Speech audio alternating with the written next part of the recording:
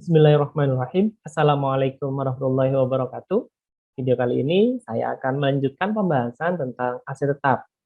Tentunya teman-teman sudah menyimak video sebelumnya yang membahas tentang aset tetap, tapi fokusnya pada dua hal, tentang perolehan, baik itu dalam negeri maupun luar negeri, dan penyusutan.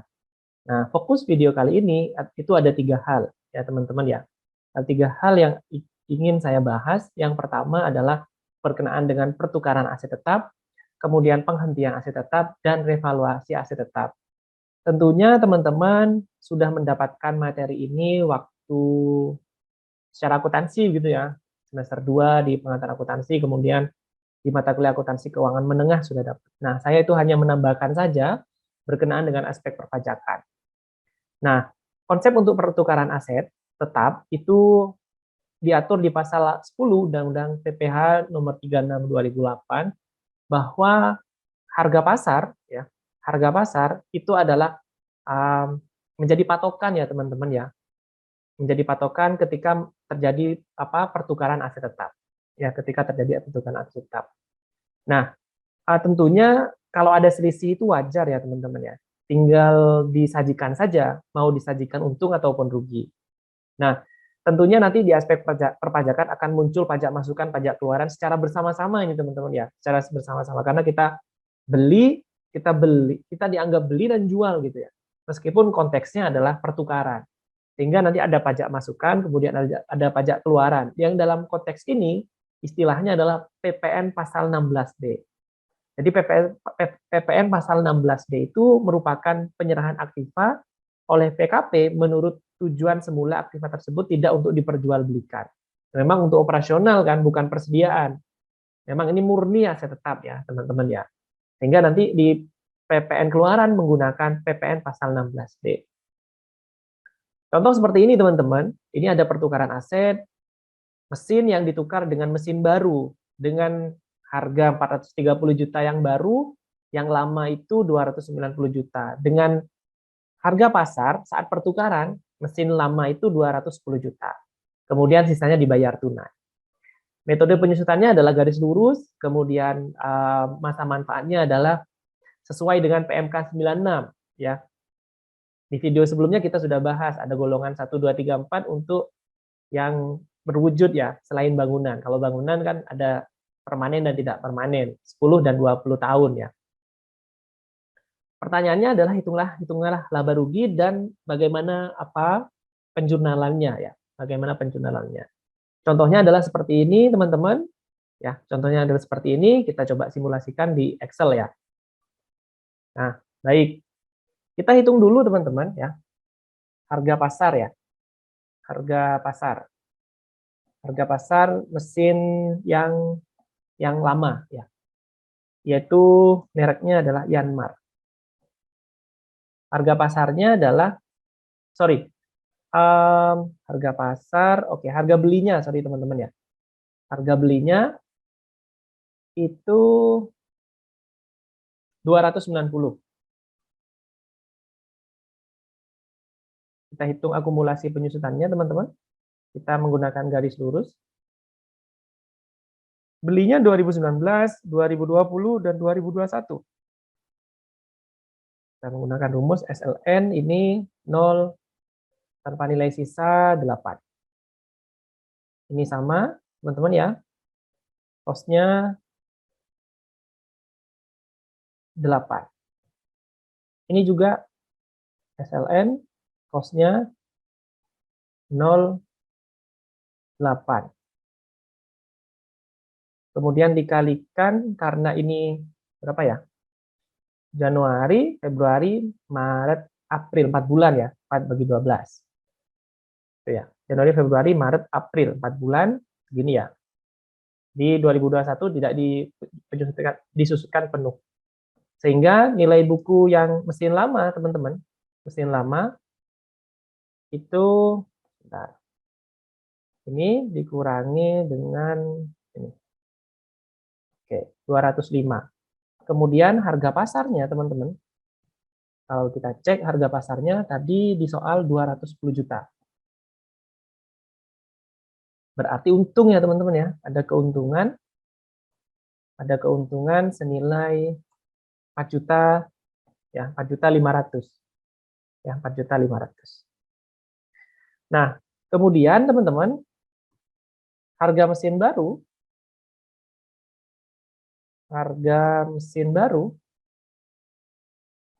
barunya dipatok 430, ya 430 juta. Kemudian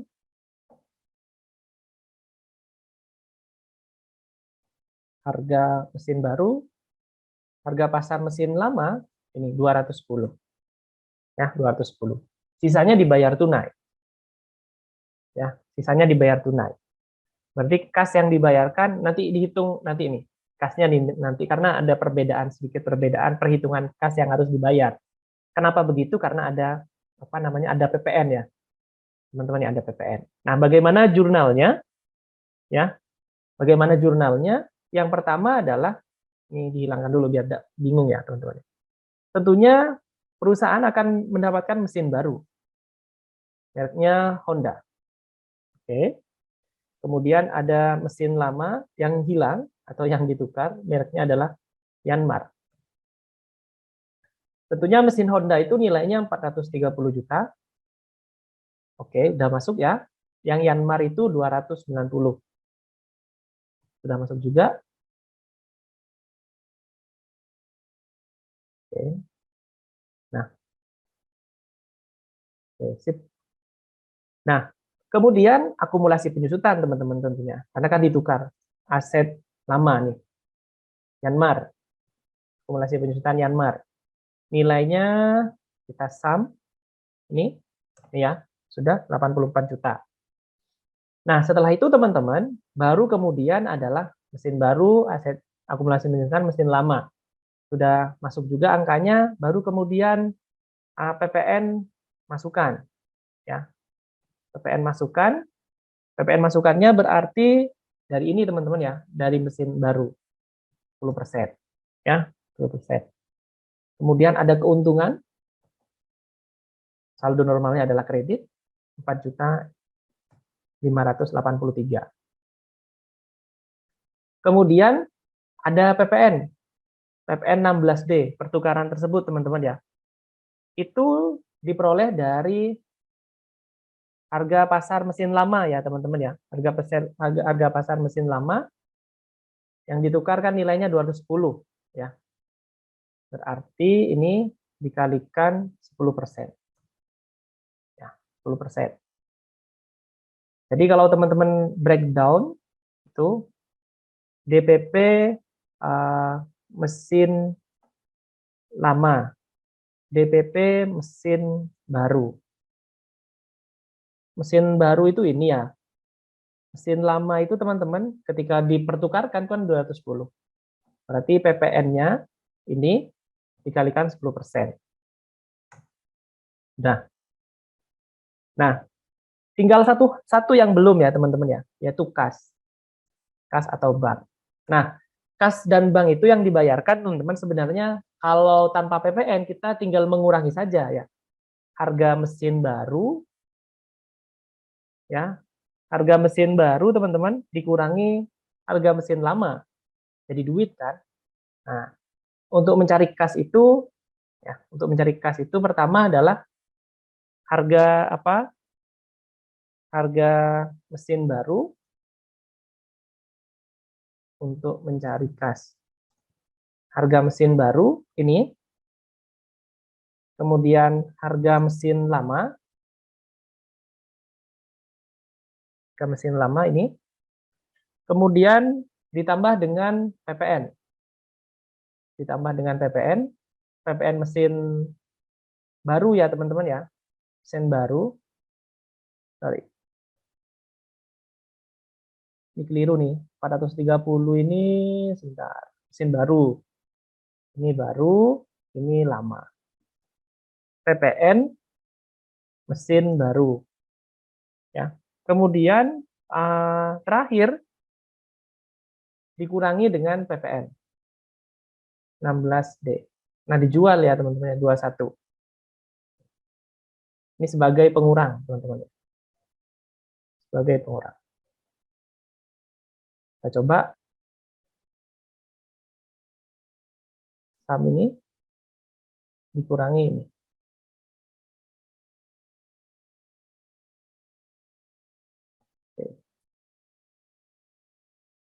Oke, keliru. Ini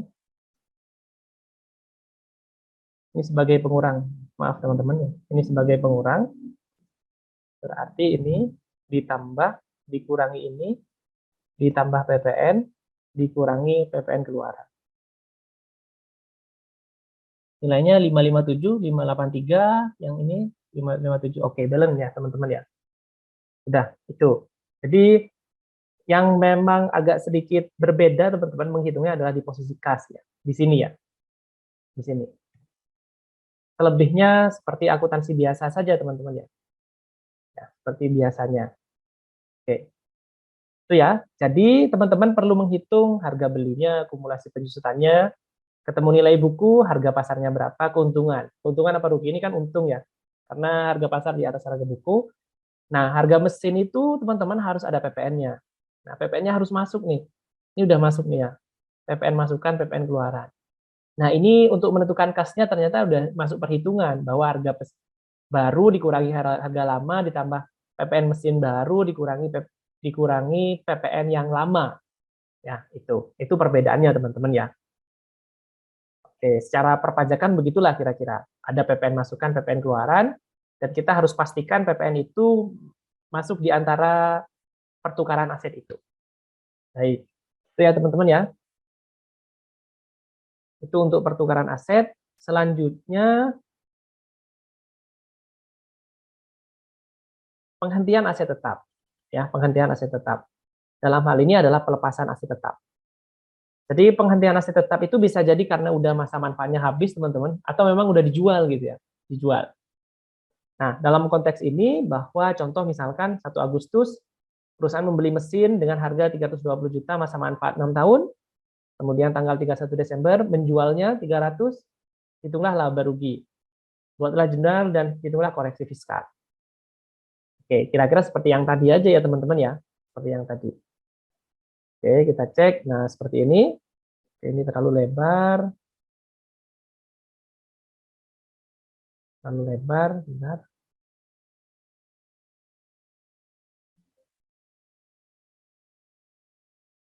Oke.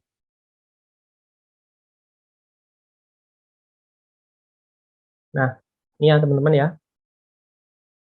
Kita cek dulu harga mesin ya. Harga mesinnya. Harga mesinnya adalah 320 juta. 320 juta. Masa manfaat 6 tahun ya. Berarti kalau akumulasi penyusutan secara komersial teman-teman, ya komersial, berarti ini SLN ini cost-nya tanpa nilai sisa 6 tahun ya, 6 tahun.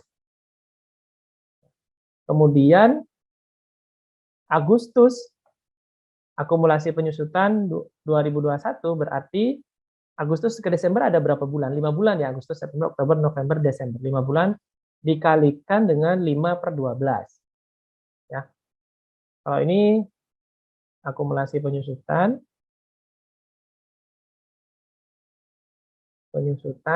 oke. Kalau ini yang komersial ya teman-teman ya. Yang fiskal, oke, harganya 320 juta. Kita hitung juga kalau mesin itu 8 tahun golongan 2. Berarti cost-nya tanpa nilai sisa 8. 40 juta ya.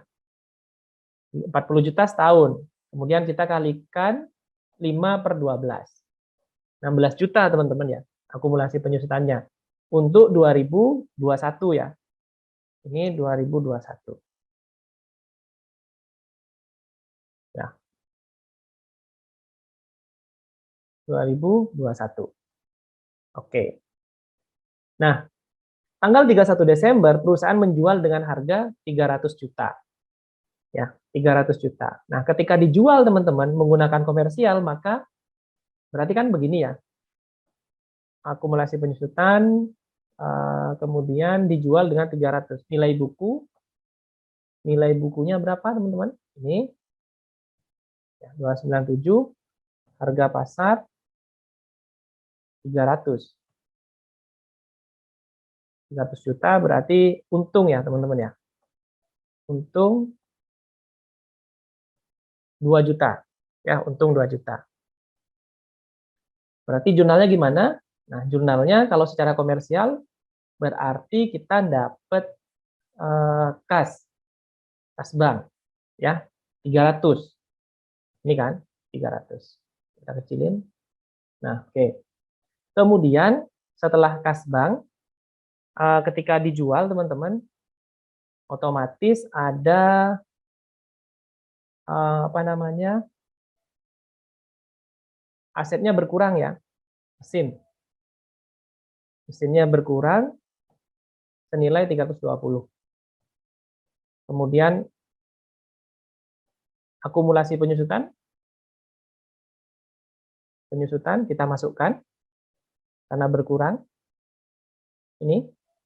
Nah, 22. Oke.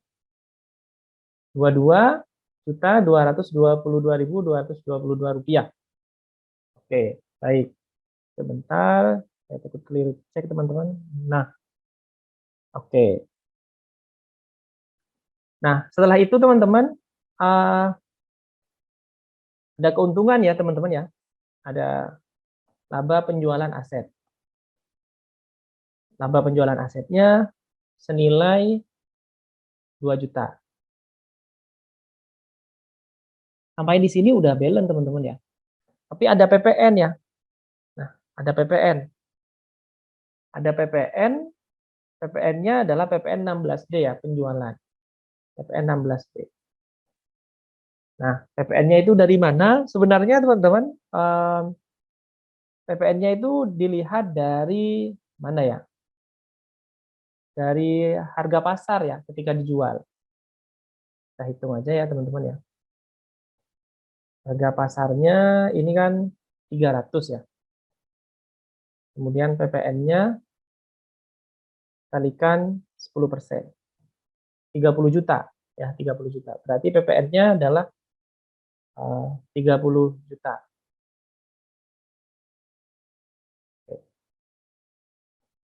30 juta, kemudian berarti laba penjualan asetnya seperti tadi teman-teman ya. Oke. Kalau seperti ini kan tidak balance ya. Selisih 30 juta ya. Selisih 30 juta karena ada PPN. Nah, kira-kira ini bagaimana tuh menghitungnya? Ya, bagaimana menghitungnya? Karena tadi kan laba penjualan asetnya 4 juta ya. Kemudian ada apa? PPN 16D itu senilai berapa ya? PPN-nya dari ini ya teman-teman ya. Dari harga pasar ya. Harga pasarnya 300. Nah, oke, baik. Berarti laba penjualannya teman-teman bukan 2 juta ya. Bukan 2 juta karena ketambahan PPN ya. Karena ada ketambahan PPN.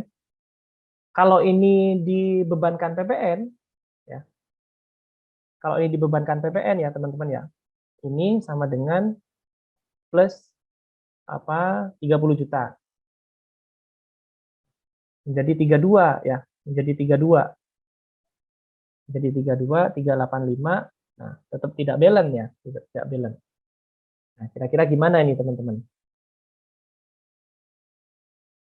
Oke, sebentar kita cek dulu. Oke, sebentar.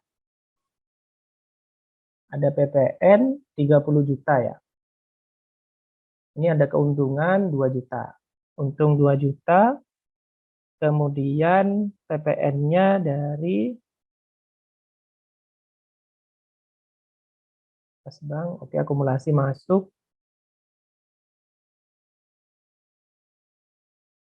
40 laba penjualan asetnya.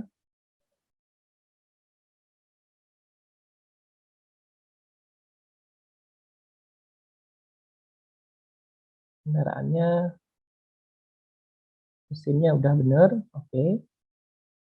Kemudian laba penjualan asetnya sudah masuk. Sebenarnya kalau seperti ini udah balance teman-teman ya, 322 ya, 322 masuk. Tapi di konteks PPN-nya itu, ketika PPN itu masuk, itu menjadi apa namanya, menjadi tidak balance ya, menjadi tidak balance. Oh ternyata, oke, saya tahu teman-teman ya.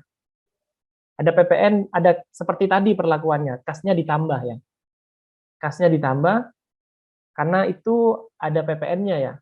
Jadi kita menerima lebih banyak ya, lebih banyak dari apa namanya, oh ya benar, teman-teman ya, kasnya itu, kas yang diterima, itu 300 plus PPN, ya, plus PPN, senilai 30. Ya. Berarti di sini, ini, ditambah PPN yang diterima, kemudian PPN 16D, itu 30. Nih. Nah, hitung 352, oke, berarti teman-teman konsepnya seperti yang tadi ya. Yang pertama itu akan mempengaruhi kas bank. Ya, akan mempengaruhi kas bank, catat itu teman-teman ya. Dan yang ini juga akan mempengaruhi kas bank juga yang ini. Itu ya teman-teman ya.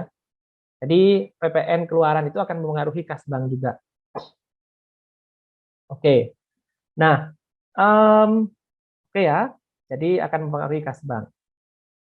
Jadi ketika jual, kan kalau tadi kan saya berdasarkan akuntansi itu balance sudah. Ketika masuk PPN nggak balance. Nah ternyata itu lari ke kas ya. Karena kita jualnya itu pakai PPN.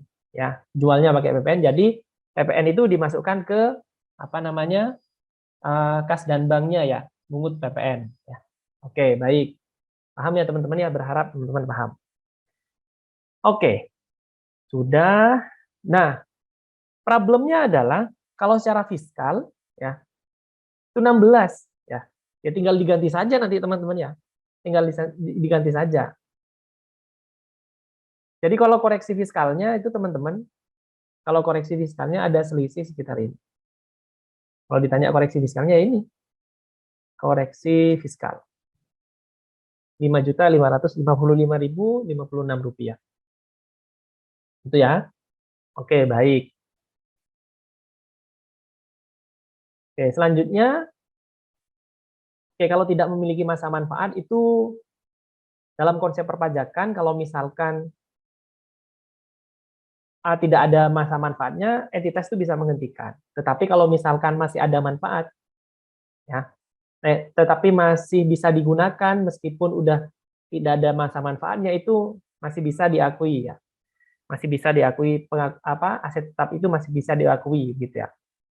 Tapi kalau misalkan masa manfaat sudah tidak ada, kemudian aset juga sudah tidak bisa digunakan, maka dan tidak bisa diekspektasikan, maka itu bisa dihentikan ya, dihentikan. Jadi kan kalau tadi penghentian aset tetap karena dijual, kalau ini memang sudah tidak ada masa manfaat. Yang terakhir teman-teman adalah revaluasi. Ya, yang terakhir itu adalah revaluasi. Pembahasan terakhir yaitu revaluasi. Jadi revaluasi aset tetap itu jadi aset-aset itu yang 2000 tahun 99 juta itu dinilai kembali ya, sesuai dengan yang ada saat ini. Tentunya ini harus melalui perizinan DJP ya teman-teman ya, untuk memastikan bahwa penilaiannya udah benar apa enggak. Itu aja. Nah, tentunya siapa yang menilai? Salah satu yang menilai adalah appraisal ya, appraisal. Jadi orang yang profesional yang untuk bertugas untuk melakukan penilaian atas aset. Nah, penilaian itu dilakukan dalam jangka waktu 1 tahun dan akan dikenakan PPh final teman-teman ya.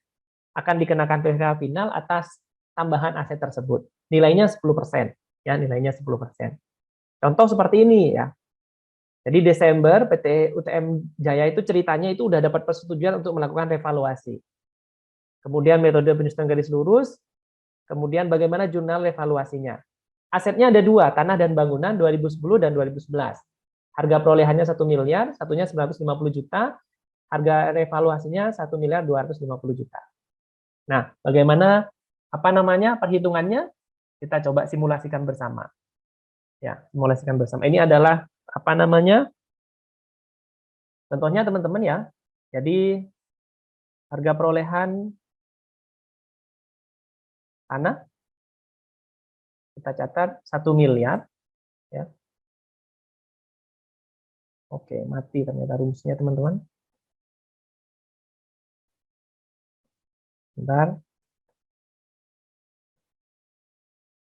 Oke, mohon waktu sebentar. Ini biar formulanya hidup. Oke. 1 miliar, kemudian harga perolehan bangunan.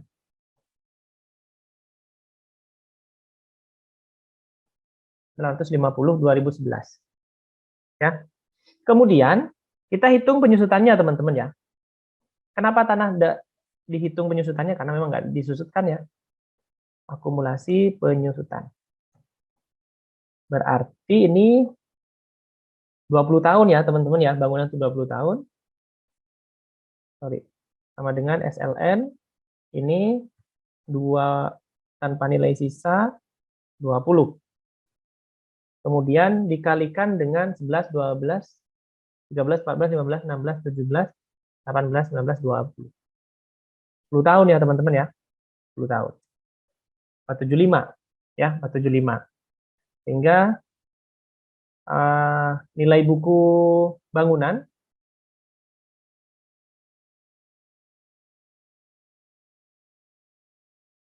nilai buku bangunannya teman-teman itu senilai ini. Jadi ada dua nih, asetnya dua, 1 miliar dan 475. Nah, setelah itu kita jumlah nilai buku fiskalnya. Ini 1 miliar plus 475. Ya, 475. Nah, kemudian harga pasar itu ini teman-teman ya. Tadi di soal itu revaluasi ya, revaluasi aset. Revaluasi aset. Nah, ini. Nah, 3250 ya. Nah, setelah itu teman-teman setelah ditambahkan kita hitung selisihnya ya. Selisihnya itu ini. Nah, selisihnya itu merupakan dasar pengenaan pajak. Dasar pengenaan pajak revaluasi aset. PPh final 10%. Sehingga ini dikenakan PPh final 10%. Ini adalah pajak yang harus dibayarkan oleh perusahaan ketika melakukan revaluasi aset. Ya, melakukan revaluasi aset.